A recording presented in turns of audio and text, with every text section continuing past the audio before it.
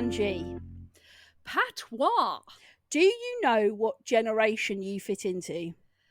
Well, I do get a bit confused with this shit, to be honest. Right. I have got somebody who is on today's podcast that is going to be absolutely spot on at pinpointing our generation, our gens, essentially. Okay, good. So, I don't know if you follow Jake Lambert comedy. I would hope you do. Well, actually, I do, Pat. Yes, I do know of the Jake Lambert comedy. And so we are thrilled this week that Jake is going to make us laugh with all things generational. Give a really warm, finding the funny welcome to the excellent Jake Lambert. Oh, hello. Lovely. I didn't know how much I was supposed to be pretending that I wasn't here during that. Well, I also kept thinking, am I supposed to know about the generational stuff or am I not? But I just went with the not. You, didn't I? You did. You threw me, Pats. Yeah. But I actually don't know much about it. So, you know. Ange is a classic Gen Xer, Jake. Oh, I think I would have figured it out, I'll be honest. Oh. What are you saying, Jake? Am I already coming across as a, complete and utter lost child? It's a weird mix of Gen X. They feel like they didn't have a childhood because they had to grow up really quickly. But also they love to tell people how their childhood was like, our parents would not know where we were until 10 o'clock when we came home, when the sun went down. That was when we had to be in. So they sort of contradict themselves. I think they just like to let people know they had a really tough childhood. And that's made them... That's it, yeah. But you'll say it was rubbish, and then you'll also sort of say... but it's made us who we are. It was the best, and you don't realise. So you can't make your minds up. No, you did a video a few weeks ago about different generations who nap. Oh, right? That was so accurate of Patty and I because I'm obviously a Gen X, and Patty, you're a. I am chaos personified, Jake. Lovely. I am a millennial. I am a millennial through and through. Yes. And your napping descriptions, Jake, you basically could have put our names into that 2-minute chat about it because it was so accurate about how different we are when it comes to. In fact, I don't nap. That's how much of a Gen X I am. Of course you do. Yeah, exactly. My favourite one that you did about millennials was the one where you talk about different generations and how they go shop, how they do the weekly shop. Yes, and you I enjoyed that one a lot. Chaos personified about millennials. Yes. And the bit where you said they don't get a basket, get halfway round, wish they had got a basket. That is me. Get to the checkout, realise they've forgotten their bag for life, go home and put the bag for life in the cupboard full of other bags. The other bag for life. I promise you'll never do that again. I always think in supermarkets, I just feel like they should have the baskets not at the entrance. They should just have them again halfway round, just for the millennials to go. Here's when you realise you've needed a basket. That's where we need it. That is a very good idea, Jake. That I think you need to go and take that to the Waitrose or something. That's what Ange calls Waitrose, by the way. Yeah, I picked up on that. Thank you. I picked up on that one. I don't understand why you're Patty. What's happened here? Right. This confuses all guests that come on. It's a whistle stop very quick. I bought a sun hat in America once. I came out into the garden. Already a brilliant start to the story. Exactly, Jake. I came out into the garden where we were staying, and Ange said, without a beat, "Oh my God, you look like you should be called Patty." And that's it. And Patty has stuck. Do you still own the hat? Do you still have the hat, Ruth / Patty? No, I don't think I do. I don't think I do, actually. I don't think I've got it anymore. I think because of Ange taking the piss out of me in it, which is basically what our relationship is. Yeah, that'll do it. I buy something and Ange goes, "Oh, not sure about that, Patty." What the fuck are you wearing that for? I went through a bit of a midlife crisis when I turned 40 and got into overly ripped jeans, and Ange was not a fan of my ripped jean era. Well, it was one of the things that's gone in my shitting tits over the years is the whole ripped jean phenomenon where actually you may as well just wear shorts. Angie's shitting tits segment is basically completely says that she's a Gen Xer because it's all the things that really piss her off. It would be, in my day, we only had ripped jeans if we'd fallen over off our bike and our parents just said, get up, what are you crying about? And that's how we had ripped jeans, wore them with a badge of honour. Yes, that is exactly it, Jake. How did you... What gen are you? But I'm millennial. Hey. I'm the best. Oh, you're with Patty. Yeah. So we're the best one. Oh, we're the most broken, but we're the best. God. We are the best one because we were the end of the like playing outside on your bike. We had all of that stuff, and we also got the start of the technology. Yes, that's so it, exactly. I feel like we sit in a really cool place because we still had the like being out on your bike in the summer and getting dirty knees and riding around to your friends ripped jeans. But then we also remember what it was like when the internet started and we had dial-up instead of broadband, and you know, we remember all those things as well. Just on this generational stuff, how did you start realizing this was funny? Like, where did you start with all of this like generational comedy stuff? Well, it started actually because my agent, my comedy agent, she just messaged me once and she said, have you thought about doing TikTok and all that stuff? And I just replied, I remember the text, I just replied hard no, because I just thought it's not for me. I don't want to do this. And then what happened was, so that would have been last year. And then January this year, at the start of the year, I was really ill. I don't know what it was. I don't know if it was some sort of COVID or what it was, but I had to pull all my gigs and I was just really bored at home. Right. And then I just thought, I'm going to download TikTok. And I started looking through and it was all a bit about like millennials, we're like this. And I realized there was a bit of like a generational war basically happening on TikTok. And then, and then I just started observing it and I was like, this is really interesting. And so I made a promise to myself. I was going to, when I got better, I said, what I'll do is I'll make a video every day on TikTok and I'll find what works. And the aim was then to come over to Instagram and use it there and sort of build up an audience. So what happened was I played around with a few. And then when I'd made the decision, I thought, what I'm going to do is I'm going to start tomorrow and then every day for a month and I'll see what works. And then the first one I did on TikTok was different generations reacting to the doorbell. And the reason I did that is because I was still quite ill and I couldn't be bothered really to leave the sofa. So if you look at it, I don't really have to do anything. I just put I just sorted out some lighting and I just did that where I basically spent the last 3 weeks sat on the sofa anyway, reacting to the doorbell. So I did that one. And my aim was, and then I'll do one every day and I'll figure out what works. But what was crazy was I posted that the next morning and by lunchtime it had got 5 million views. Shit. So it had just gone crazy. And then what happened was actually, I also found out that day TikTok announced, and I think there'd been some people discussing, you know, how do videos go viral? What is it?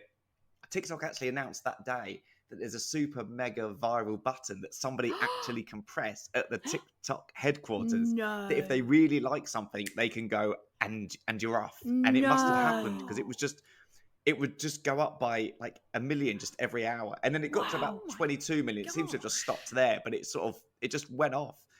And so I realized that the generational thing is great because everybody gets to feel a bit seen and it always starts a conversation afterwards at the bottom. And then what's also good about those, I think, is people will send it and TikTok likes it if your video is shareable, because then they know that your video is being shared, whether it's on Instagram or on Twitter or in WhatsApp groups. And so it's bringing people back to the TikTok platform app, which is what they're after. Yeah. So because that can be shared with so many people, that works well. But what happened was I realized then that I couldn't post a video every day. I thought, because the next one will be rubbish. I've got to actually start thinking about this now. And so I just suddenly see all my followers just disappear. So and then because I'm actually quite lazy, I thought, well, I don't want to have to keep... Classic. Yeah. Sorry, what I should have said was, because I'm a millennial. Yeah, classic. I didn't want to have to keep setting up a camera and setting up light or whatever. And I wanted to do one about how different generations arrive at your house. And so it was the idea of the boomer turn up with cake, all this stuff. But I I thought, and I was going for a walk around the park, and I thought, well, what if I just tell them? I was like, what if I literally just hold the camera up and just go, I like the way different generations do this. And I did that, and I thought, if I put some caption subtitles on it, and I'll just put it out and see. And then that one took off as well. And I was like, brilliant. All I have to do is go for a walk. And then that is amazing. Now, I will basically, on the day, I'll think of something. They're not always generational ones because I like to change it up a bit. And also, you know, if 1 in every 4 is that, people like look forward to those ones. But then the other ones, people seem to enjoy. And then it means there's other options I can do. And so basically, I'll start thinking of it. I'll go for a walk, and then I'll think what I'm going to do. And then it just seems to... Yeah, there's not much effort and thought goes into it, but it seems to have worked.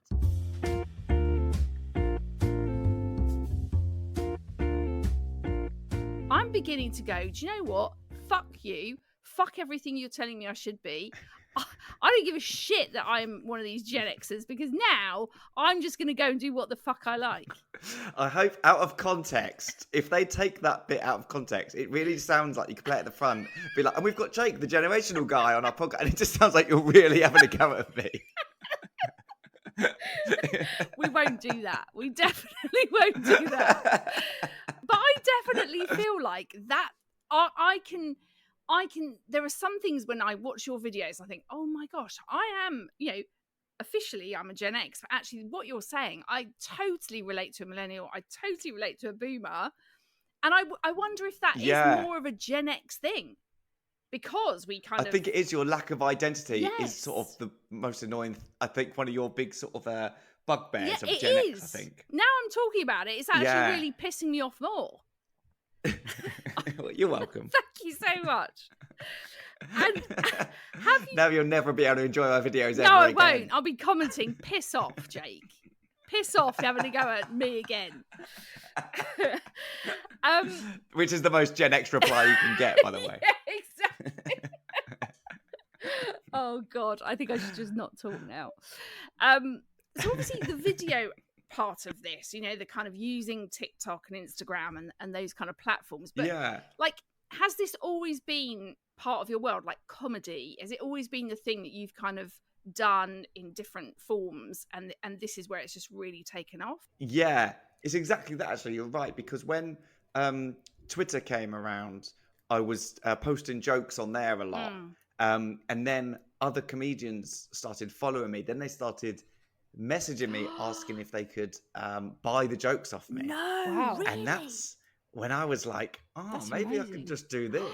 So then I just went into London, started doing open mic nights, and then I got an agent, you know, 6 months down the line, I had an agent, and suddenly I started doing paid gigs. And then I was writing now on TV shows, and it just sort of took off from there. So Twitter helped me start the whole thing. Yeah. And then there was a whole, you know, few years where I was just trying to get good at stand-up. So I wasn't really pushing any social media thing at all. I mean, now, for example, on Instagram, I've got, I think it's about 130 something thousand followers.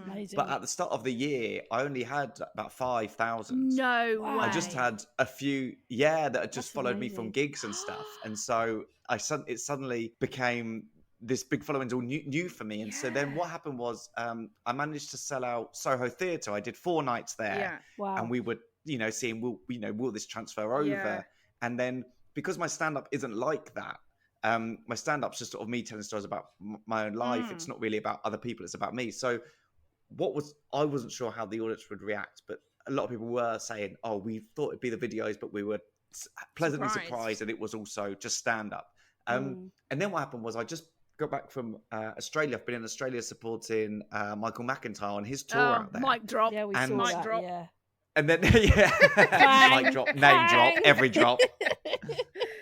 The crazy thing was, actually, I was just doing Soho Theatre, and I did one of the extra shows we put in the extra shows went in, sorry, just sound like I'm showing off. I promise this is for context.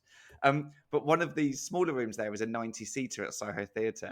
And I did that on the Friday night to 90 people. And then I flew to Melbourne over the weekend. On Monday, I walked out in Melbourne in front of 14,000 people. So it's just this crazy difference between literally a Friday to a Monday. And then what was so nice was I'd never performed in Australia, so I had no idea how they'd get my humour, but it was lovely. And then what happened was people were messaging me on Instagram to be like, oh my God, I follow you. And I couldn't believe it when you walked out. Oh So my it was just a God. crazy thing where instead of me amazing. getting followers from the gig, it was my own followers being out there and being like, Oh, wow, we couldn't so believe it when you walked cool. out. Oh my So yeah, it's been amazing. So are you supporting Yeah. Michael on his whole tour, or was it just the Australian part of it? Are you? Yeah, on his whole tour. Yeah, we Amazing. start tomorrow in Bristol. Oh my God. And then, That's yeah. so cool. And how long do you? Oh, thank you. So, and then How long do you perform? Like before he comes on? Like what sort of time? I do about 20 minutes. Oh, Amazing.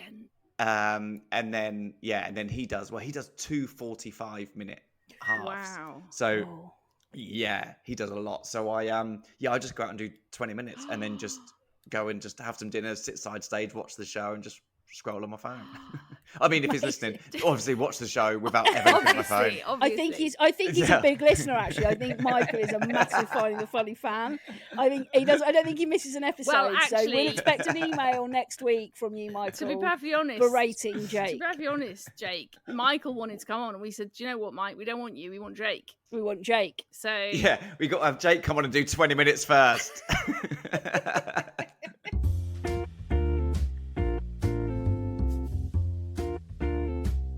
Do you know which one I think you should do, Jake? This will throw Ange a little bit. I don't think she'll get this, but I wonder whether you could do how different generations step into a lift.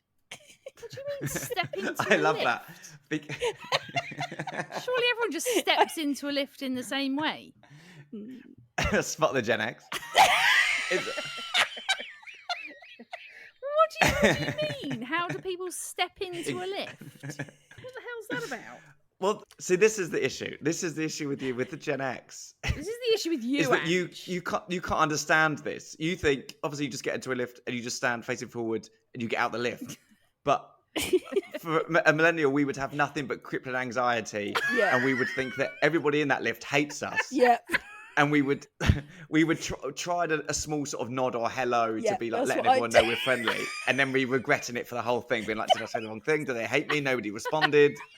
If somebody has to get out first, do I get out and let them get out, or do I just step to the side? I don't We'd just be having a panic attack. We'd start to need a wee. As soon as the door closes, we suddenly need a wee. Yeah. This is that now becoming more and more obvious to me how different we are, because that was like makes no sense to me what you said. Like, yeah, I would get into a lift. Perfect sense to me. Yeah, I would get into a lift. In fact, I think this is where, again, I was just talking about this a moment ago. I think I can be cross-generational. Which, yeah, well, because you're a Gen X and you're trying to be seen. Not trying That's to why. be seen by anyone. Okay, I'm just saying, right? If I step into a lift, right, I step into a lift in my local shopping mall or whatever, and if there's people in the lift, I will quite often say hi, have a bit of a chat, make a bit of light conversation. Right? I won't get in there and be like, I'm not talking to you because you're gonna think I'm weird. This is weird. I need to get out. I need a piss. That doesn't even enter my head. I mean, you sound like such a Gen Xer when you're saying it. Yeah, it's so funny. And it's so like everything you do is you're like, even when you're saying you're not, because you're like, I'm in a mall. So you try to do this American thing, but then Americans call it elevators, not lifts. So you even when you're trying to be relevant, it's still so wrong. Right, do you know what? Jakey Boy Sunshine, right? I'm not sure I'm okay with having this conversation anymore. Because I feel attacked. Of course you're not, because we're taking the piss out of you. You're attacking me and my gens. We're attacking you. Yeah. The thing is, though, when you talked about the millennial, like, I will get into a lift and I'll be like, oh my God, they already hate what I'm wearing. I'm stepping into a show and I'll do a quick, like, hiya, and then I'll think, don't make any more eye contact because someone's going to talk to you, and then you'll say something that will, like, literally, I'm like, oh God, just get me out of this. This is really awkward. Either that, horrible. or I have the awkward laugh where I'm like, oh, it's really silent in here and I don't know what to do, and oh God. Oh God, I hate it. And then I had this when I was in Australia in one of the hotels. I got in a lift, just sort of tried to be like, just be confident, get in the lift. I got in the lift and to go like down, and the lift just started going up. So obviously I had to get out and just pretend that, this is my floor. in a hotel, who gets on at floor 12 and goes up to 7, like, without even pressing a button? I just went to their exact floor. I didn't press anything because I thought they were going down. So it just like I just got in for a ride. Well, I had something the other day. My friend had told me that when the police get into a lift, they hold the door close button and the floor they want to go to, because then it won't stop at any floor. At least that's what I've been told, right? So I was bigging this up at work a couple of weeks ago. I was like, yeah, if you don't want your lift to stop, just to hold the door close button. And everyone was like, wow. I was like, yeah, the police, that's amazing. Anyway, got into the lift with one of the girls I manage, and we were like, should we try it? Stopped at every fucking floor. I felt like a right prick. I was like... The amount of facts I've been told in my life that I've passed off without ever checking. Yeah, same. Yeah. That you just hear a fact, you just go, right, that's a fact that will stay forever. And every time I think I should probably Google it this time. Yeah. Because I'm just telling another person. That is obviously another millennial thing, because that is exactly what Patty does. Oh, that Yes. is absolutely me. She spits facts with so much confidence. Spitting facts. Like Jay-Z spits lyrics. Yes. I spit facts. You spit facts with so much confidence, right? Yeah, this is definitely... Big hat, no cattle. Yes. And then you actually... big hat, we Google it. Oh, actually, that's a load of shit, Pats. That's not true at all. No, but the confidence you come at with it, everyone's like... Oh, wow, okay, that's an amazing fact. Yeah, that must be true. That's amazing, Pats. That's it. Yeah. It's all a load of bullshit. Any millennial fact will crumble under the first bit of interrogation. Yes. The slightest questioning, and it just falls down. You go, no, nonsense.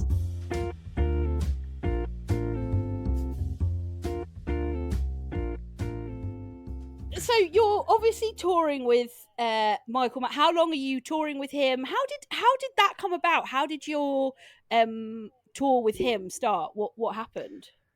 It was basically he was working up some new material, and I think he maybe had an hour or so, and he just wanted someone to come and do a bit. And I think the person he was using at the time couldn't do it, so we're with the same agency, so they just sent me along. Right. And he just obviously I went out and just did my best 20 I could do. Yeah. And in fact, what was crazy was my agent, she texted me, but I hadn't seen the text, and I went out onto stage, and they said he might not be here, he'll probably turn up while you're on. So whilst I was on, I looked to the side, and I could see at the side of the stage like the outline of him. I'd never met him. Oh God. I could just see this outline, and I was like, right, he's there. And I was just making sure the next joke definitely worked.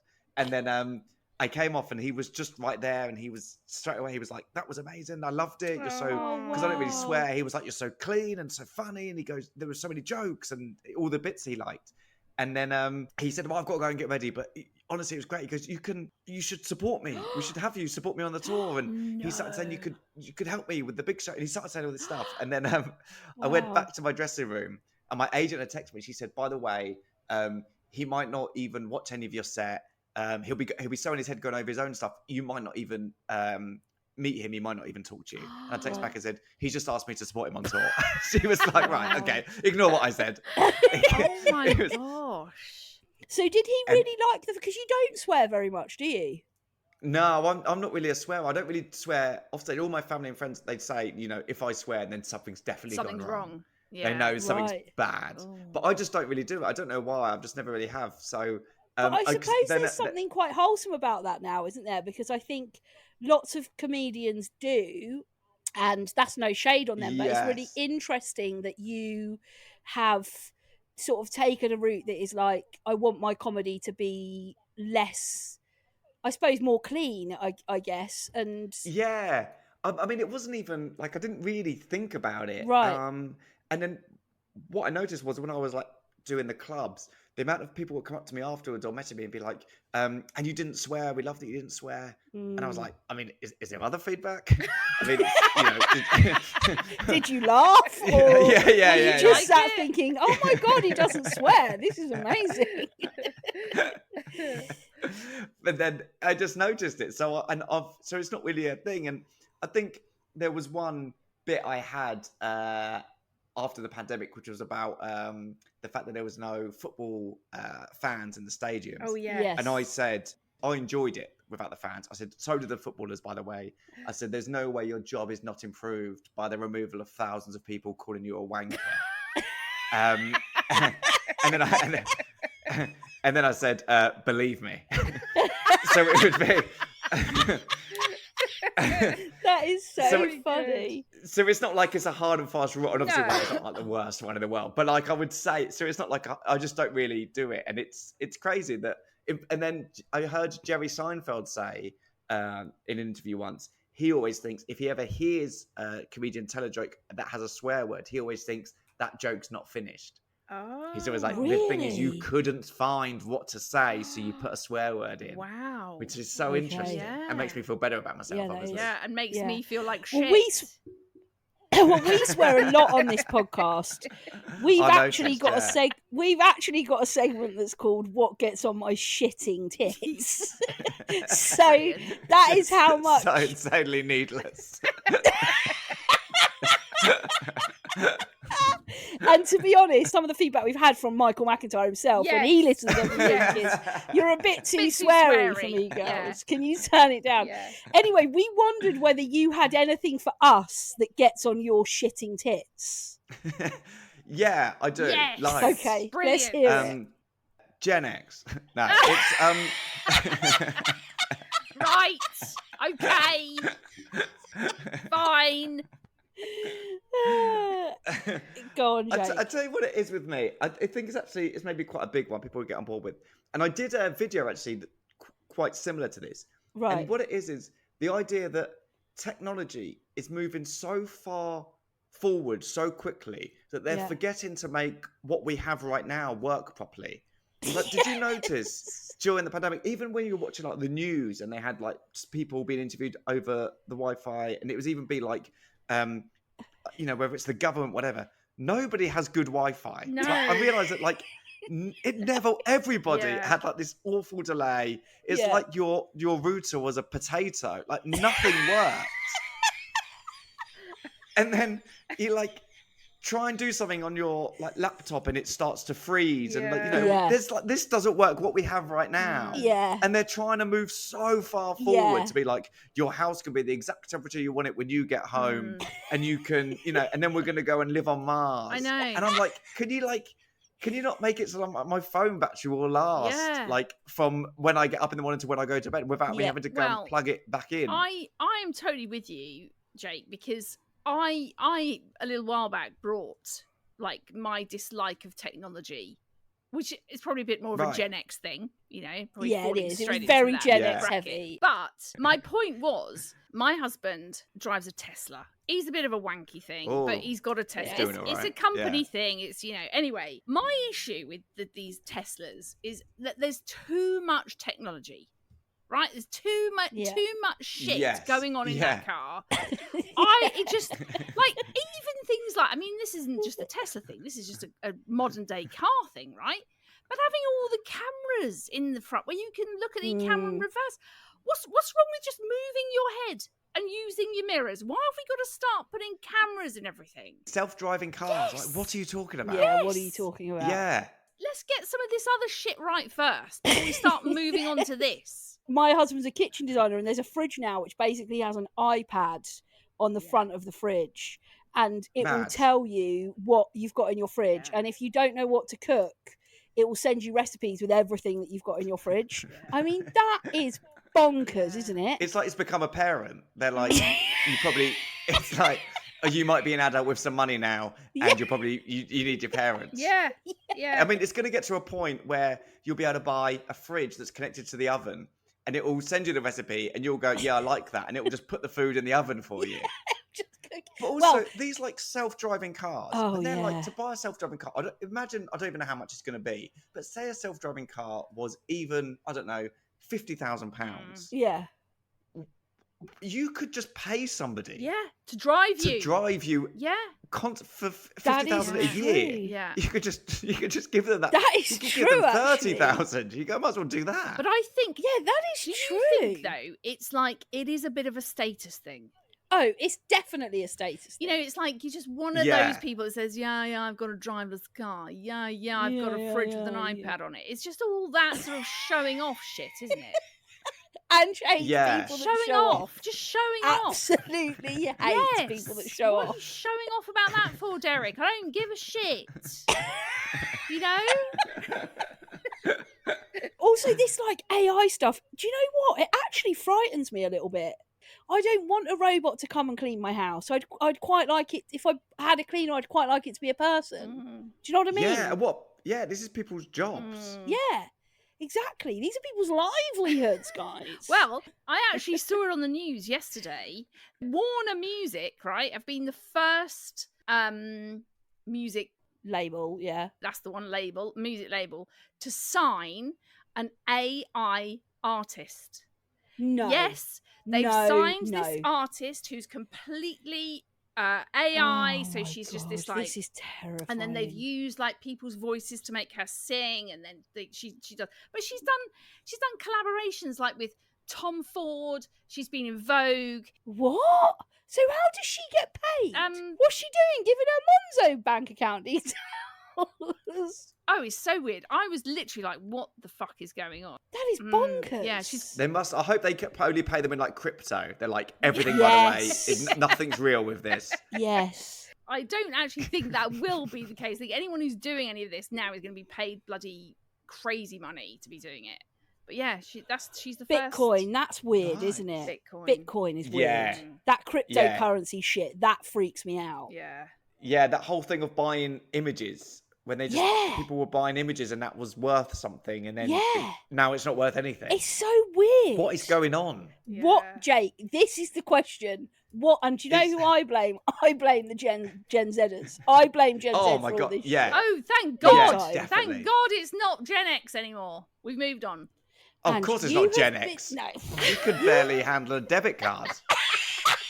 That's true, actually. You have been so Gen X in this whole episode without even realising, and it's so in there. Brilliant. I love the fact that I've been You started off by sort of saying, I think I dance between all the generations, and I guarantee Jake is sat there thinking, you are so Gen X. No, I know I am predominantly It's so funny that even X. a Gen X had to say, oh, thank God it wasn't a Gen X that invented Bitcoin. Obviously it wasn't. You tried logging into your online banking. Well, that's the thing. I mean, you know, you just said about how Gen Xers can't even use a debit card or a credit card. I've just recently gotten into Apple Pay. Can you believe that? Like, literally. we had an episode a few months ago where Ange was like, do you know what I did? And she told me this story, and I went, what, you used Apple Pay? And she was like, oh, well, it was one of our segments, Drake, that we call hashtag heavily into. So things that you're heavily into. And this. Oh, no swearing. Well done. Thank you. No problem. Now fuck off.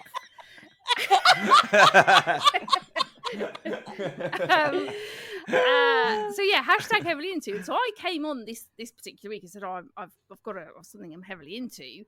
And Pat was like, oh, what is it? I said, I'm heavily into Apple Pay. She was like, what do you mean heavily? I'm like, well, I've just started using it. She's like, where have you been for the last, like, you know, I don't know, 2 years or something? It's just also mad to be into it. I was into it. I was big into it.